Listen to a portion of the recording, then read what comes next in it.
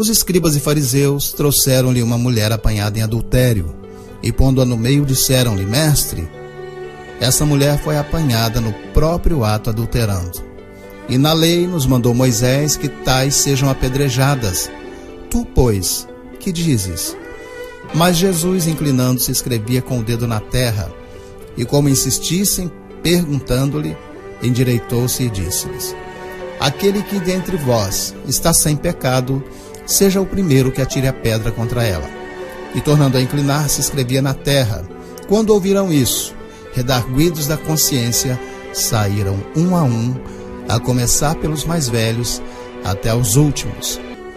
Na realidade, o que aconteceu ali foi uma demonstração da grande graça, da maravilhosa graça de Jesus. Mas muitas pessoas ficam se questionando o seguinte: o que é que Jesus escrevia na terra?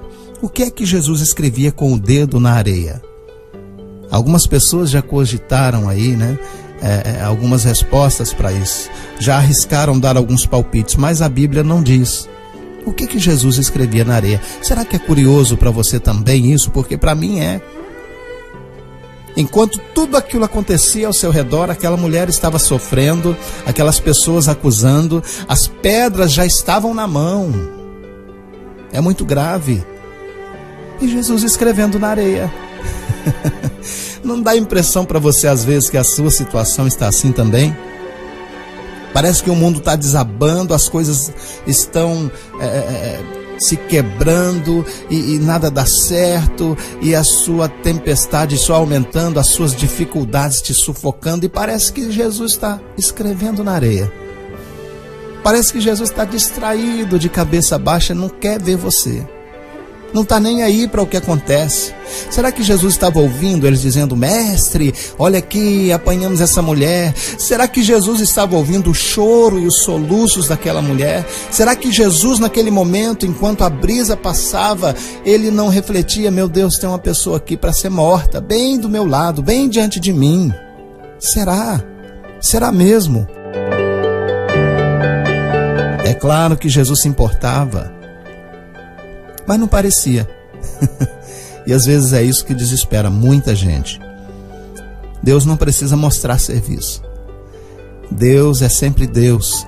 Deus não vai se apavorar com o que nos acontece. Nós é que nos apavoramos. Mas o Senhor está sempre na posição que deve estar. Ou seja, Ele sempre está ouvindo, ainda que pareça que não.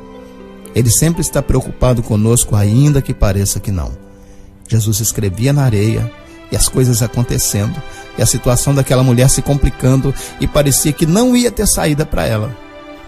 Porque talvez, quem sabe, no caminho, quando alguém a estava conduzindo, e eles talvez estivessem a conduzindo com muito carinho, agarrando pelo cabelo, arrastando pelas ruas, falando coisas contra ela, sabe como? Ofendendo mesmo. E alguém diz: vamos levar ela para Jesus. Talvez ela tenha pensado: graças a Deus, Jesus ouve todo mundo, Jesus recebe todo mundo, Jesus se importa com todos, Ele vai também se importar comigo, Ele vai se importar com a minha história, Ele vai se importar com a minha situação, é a última saída que eu tenho. Mas eles não estavam falando em levá-la para Jesus para poder salvá-la, não, para que Ele a salvasse, não. Era para que eles arrumassem alguma forma de condená-lo junto, porque eles queriam apedrejar a mulher e Jesus. Porque se Jesus se levantasse contra Moisés e contra a lei, então ele seria considerado maldito, imundo, profano, e ele poderia ser apedrejado também. E a esperança daquela mulher era a salvação em Cristo. Mas chegou lá, enquanto eles contavam a história, Jesus escrevia na areia. E talvez o que Jesus estivesse escrevendo na areia fosse muito importante para o caso daquela mulher, e nós podemos imaginar. Eu gostaria de imaginar o que ele escrevia. Alguns dizem que Jesus poderia estar escrevendo ali os pecados daquela mulher. E nessa ilustração você vai entender por que algumas pessoas dizem isso. Conta-se que 2 amigos negociantes sempre viajavam juntos, levavam sua mercadoria, levavam as suas cargas para o comércio, para a feira. E quando chegava lá, eles trabalhavam juntos, barraca uma do lado da outra, e eram muito amigos desde a infância. Eram como irmãos. Mas uma vez eles foram viajar e se depararam com o rio cheio. As águas subiram demais. E eles disseram: se nós esperarmos, nós vamos perder a feira. Nós vamos voltar para casa com toda essa mercadoria. E depois de muito pensar e conversar, eles disseram: nós vamos ter que arriscar, temos que atravessar. E assim eles fizeram, entraram na água para atravessar com seus animais, e infelizmente um deles foi arrastado pelas correntes das águas.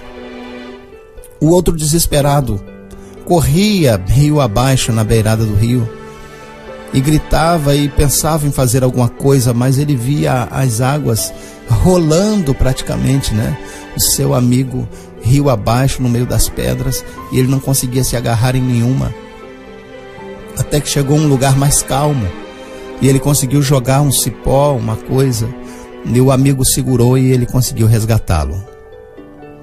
E voltaram para a beira do rio onde estavam os animais, subiram novamente, e aquele que foi salvo escreveu na rocha: fulano de tal, meu amigo, esta homenagem é para você, porque eu te devo a minha vida. E continuaram sua jornada, fizeram seus negócios, mas no retorno houve uma discussão, houve um desentendimento. Quando eles retornavam, eles se desentenderam, e a coisa foi tão grave que eles começaram a gritar e começaram a se agredir com palavras, e finalmente aquele que havia salvo o amigo lhe dá um golpe no meio da face. E com aquele soco ele derruba ele no chão e começa a bater e espancar. E aquele que havia sido salvo das águas percebeu que eles já estavam novamente na beira do rio e olhou para aquela pedra onde ele estava elogiando o amigo que agora o estava espancando e pensou: eu preciso tomar outra atitude. E com o dedo ele escreveu na areia: o meu amigo, a quem eu tanto amo, acaba de me agredir, de me espancar, e eu estou muito decepcionado com ele. E agora é que vem a moral da história. Aquele homem decidiu onde escrever essas frases, porque as águas subiriam novamente, porque o vento sopraria novamente, porque as pessoas pisariam aquele lugar e tudo aquilo seria apagado. Mas aquelas frases que estavam na rocha, ele sabia que permaneceriam para sempre. Assim é que nós devemos fazer com as ofensas que recebemos. Devemos escrevê-las na areia, porque em pouquíssimo tempo, não haverá mais vestígios dela, nosso coração estará limpo, aquela história é perdoada e esquecida. Mas os grandes feitos, as grandes conquistas, os grandes amigos, os melhores sentimentos, isso sim, pode ser escrito na rocha, porque eles sempre nos fortalecerão, serão sempre uma motivação, uma inspiração para que nós prossigamos a jornada da vida. Eu não sei o que você tem vivido, eu não sei se você tem sido afrontado, humilhado, desprezado, mas eu só sei uma coisa: nunca escreva na rocha aquilo que te fere. Nunca escreva na rocha o ódio, o rancor, a decepção. Coloque na areia, mas escreva na rocha tudo aquilo que possa te trazer paz, vida e sucesso. É por isso que Jesus escrevia na areia. Mas no coração daquela mulher, que é a rocha, ele escreveu o perdão, dizendo: vai e não peques mais. Talvez você, como aquela mulher, também esteja passando por uma situação muito difícil. A sua única esperança é Jesus, mas parece que Ele não está te vendo. Parece que ele não está te enxergando. Parece que ele não se preocupa com a sua situação. E é exatamente por isso que você ouviu essa palavra. E Deus diz para você: me preocupo sim, me importo sim, eu estou contigo para te livrar e para te dar a vitória que você necessita, que você espera. Creia em Cristo, faça isso. Suas atitudes vão te levar a crescer e a prosperar mais e mais, se você seguir esse princípio, na rocha ou na areia.